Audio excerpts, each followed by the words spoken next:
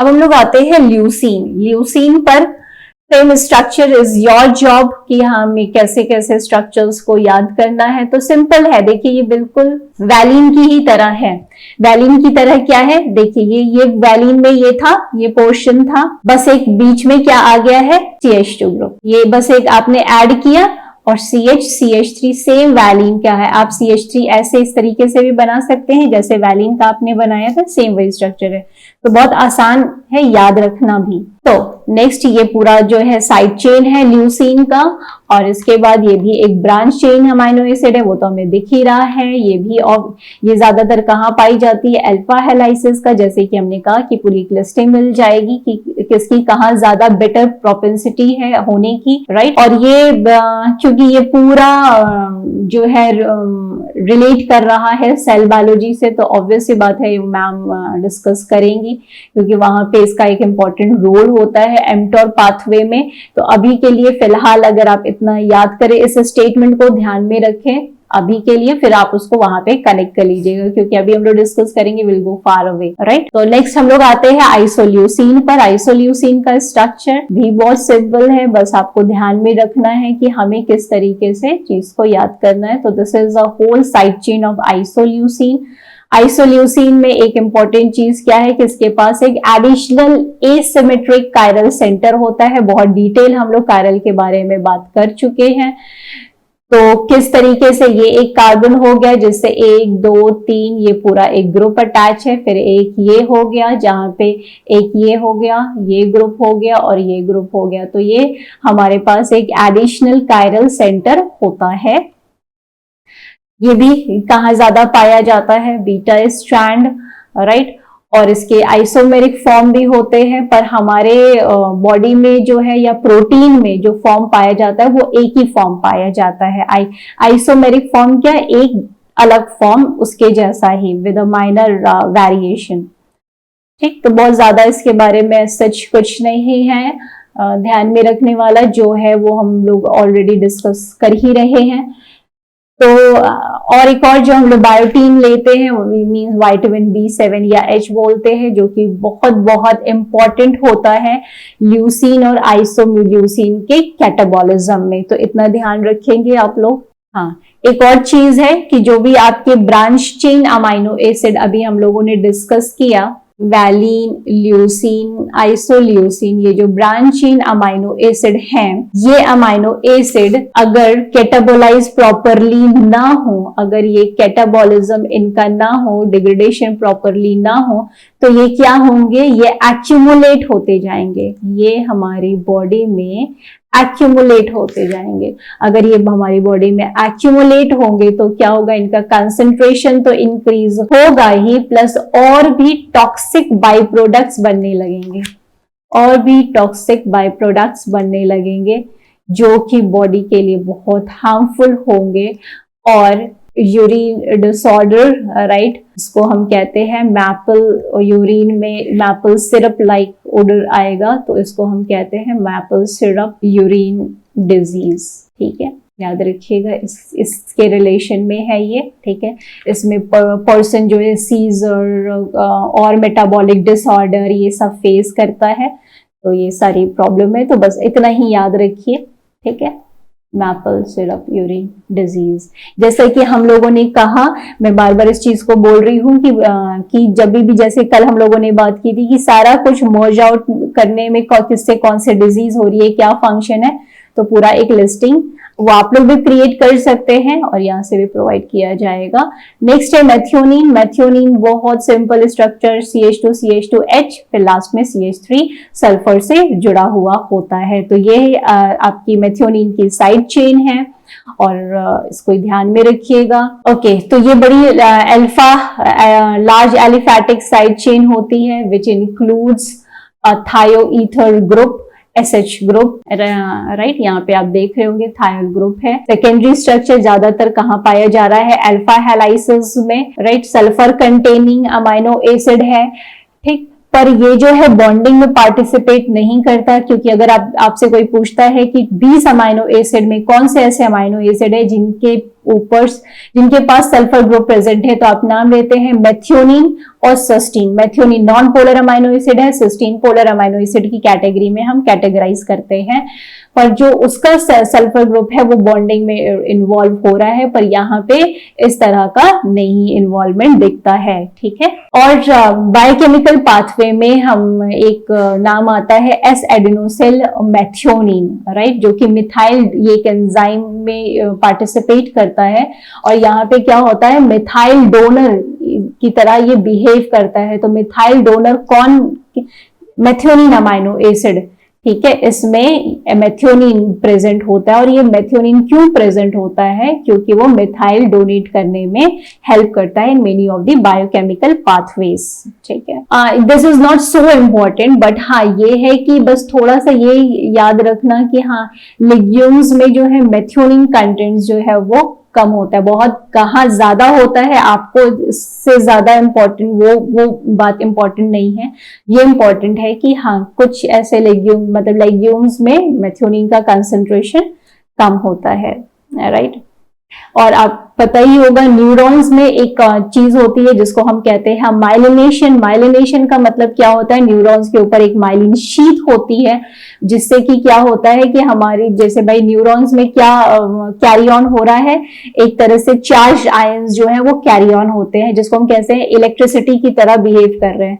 तो वो जो चार्ज आयंस जो है जो आपके सिग्नल को एक न्यूरॉन से दूसरे न्यूरॉन में कैरी कर रहे हैं वो कहीं लीक ना हो, तो हर न्यूरॉन में एक माइलिन शीट मतलब कवर अप की जाती है। तो उस माइलिनेशन के प्रोसेस में मेथियोनिन का एक इंपॉर्टेंट रोल है, राइट। अब आते हैं हम लोग प्रोलीन पर। प्रोलीन जो है वो उसका स्ट्रक्चर थोड़ा इस तरीके से है, पर यहाँ पे आप ये नहीं कहेंगे कि ये पूरा साइक्लिक, पर साइक्लिक होने के बाद ये क्या आप देख रहे हैं कि ये जो कार्बन है, ये जो साइड चेन का कार्बन है, पहला पॉइंट आपका यही हो गया स्ट्रक्चर से कि ये आप देख रहे हैं कि ये किस तरीके से रिजिड स्ट्रक्चर हो जाएगा, क्योंकि बाकी जो चेन थी वो साइड चेन क्या थी, वो फ्री थी, ठीक है, यानी वो इधर उधर मूव कर सकती है। कोई भी आप देखिए एलेनिन देखिए, वैलिन देखिए, आइसो वो, पर यहाँ पे जो है जो साइड चेन है वो क्या हो गई है, वो अल्फा एमिनो ग्रुप क्यों बोल रहे हैं, सॉरी यहाँ NH3+ होना चाहिए, क्यों बोल रहे हैं, क्योंकि ये अल्फा कार्बन से अटैच है, तो साइड चेन जाके इससे अटैच हो जा रही है, जिससे ये जो साइड चेन है वो एक रिजिड कन्फर्मेशन में आ गई। क्यों कन्फर्मेशन, क्योंकि अब ये फ्लेक्सिबल नहीं रही, अब घूम नहीं सकती, रोटेट नहीं हो सकती है। तो ये आपको ध्यान में रखना है कि इसका स्ट्रक्चर जो है बड़ा इंपॉर्टेंट है, ठीक है, okay. Oh NH2+, yeah, it's right, NH2+, क्योंकि ये बॉन्ड हो गया तो NH2+ ही होगा।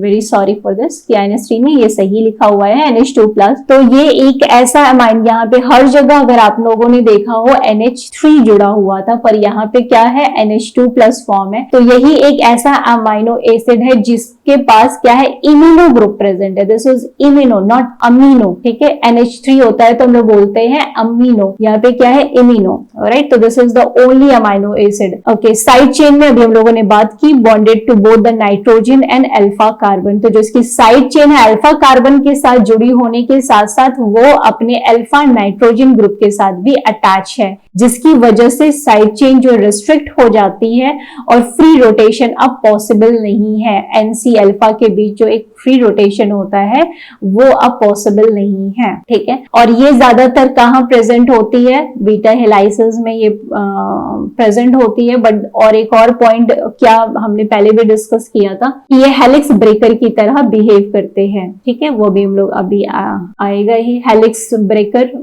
नाउ नेक्स्ट क्या पॉइंट आपने देखा, सिस पेप्टाइड बॉन्ड फॉर्मेशन। सिस पेप्टाइड बॉन्ड फॉर्मेशन का मतलब क्या होता है, अभी हम लोग ने बात की थी कि जो सारे जब ट्रांसलेशन के बाद अमाइनो एसिड 1 by 1 जुड़ते हैं, अमाइनो एसिड जो है वो 1 by 1 इस तरीके से जब जुड़ते जाते हैं, ठीक है। तो मान लेते हैं यहाँ पे ग्लाइसिन है, यहाँ पे एलेनिन है, यहाँ पे वैलिन है, ठीक है, क्योंकि जो अबव स्ट्रक्चर होते हैं ना NH3 और CO- वो क्या किसमें इन्वॉल्व हो जा रहे हैं, पेप्टाइड बॉन्ड फॉर्मेशन में। तो हम सिर्फ साइड चेन बना रहे हैं, ठीक है।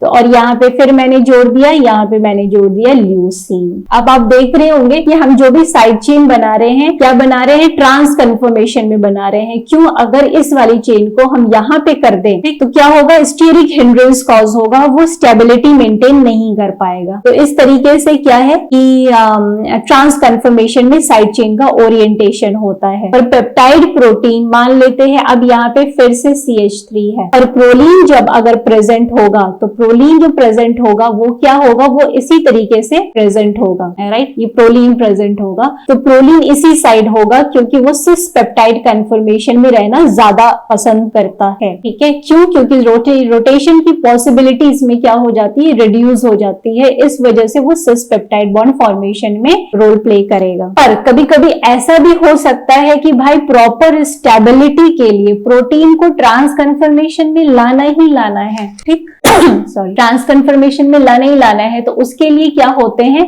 कुछ एंजाइम यूज होते हैं, ठीक है। कुछ एंजाइम यूज होते हैं जो कि उसको फिर ट्रांस कन्फर्मेशन में लाने में मदद करेंगे, वो बाद में हम लोग डिस्कस करेंगे। पर इतना याद में रखना है, चाहता वही है, बट एक्चुअली कभी किसी प्रोटीन के फोल्डिंग प्रोसेस के दौरान उसको ट्रांस कन्फर्मेशन में लाना है तो क्या करना होगा कि वो, अच्छा ये तो हम लोगों ने कवर अप कर दिया, bonded to both nitrogen and alpha carbon atom. Ninhydrin test, थोड़े हम टेस्ट के बारे में बाद में डिस्कस करेंगे, बट थोड़ा प्लीज यहाँ पे याद रखिए कि ये निन-हाइड्रेन टेस्ट में ये ऑरेंज और येलो कलर देता है। तो इसका टेस्ट के बारे में थोड़ा सा डिस्कशन बाद में किया जाएगा, जब हम लोग एसिड बेस केमिस्ट्री थोड़ा सा पढ़ेंगे ना, तो उसमें वहां पे थोड़ा सा डिस्कशन करेंगे। बट अभी के लिए अगर आप ये याद कर पाए या ध्यान में रख पाए तो it will be very good. Osmo protectant की तरह काम करता है। यहाँ पे ऑस्मो प्रोटेक्टेंट का मतलब ये है कि हम लोग ज्यादा प्रेफर करते हैं कि हम लोग धूप से थोड़ा दूर रहें और कई छांव की जगह पे आ जाएं। तो एनिमल्स के लिए ये बहुत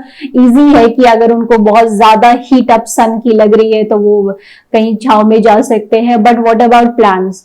तो अब क्या होगा कि जो प्लांट्स होते हैं, प्लांट्स में प्रोलीन की जो सिंथेसिस है वो बढ़ जाती है। सिंथेसिस बढ़ेगी तो उसका कंसंट्रेशन प्रोलीन का बढ़ने लगेगा। जब प्रोलीन का कंसंट्रेशन प्लांट्स में बढ़ेगा तो क्या होगा कि वो तो उसी जगह खड़े हैं, तो भाई ड्रॉट कंडीशन या सूखा पड़ रहा है तो वहां पे सबसे बड़ी प्रायोरिटी सेल्स की क्या होती है कि ठीक है, बाहर से पानी की अवेलेबिलिटी तो अब कम हो गई है, कम से कम जितना पानी बचा हुआ है वो तो बाहर ना जाने पाए, क्योंकि water is playing a very efficient role in every cell, right.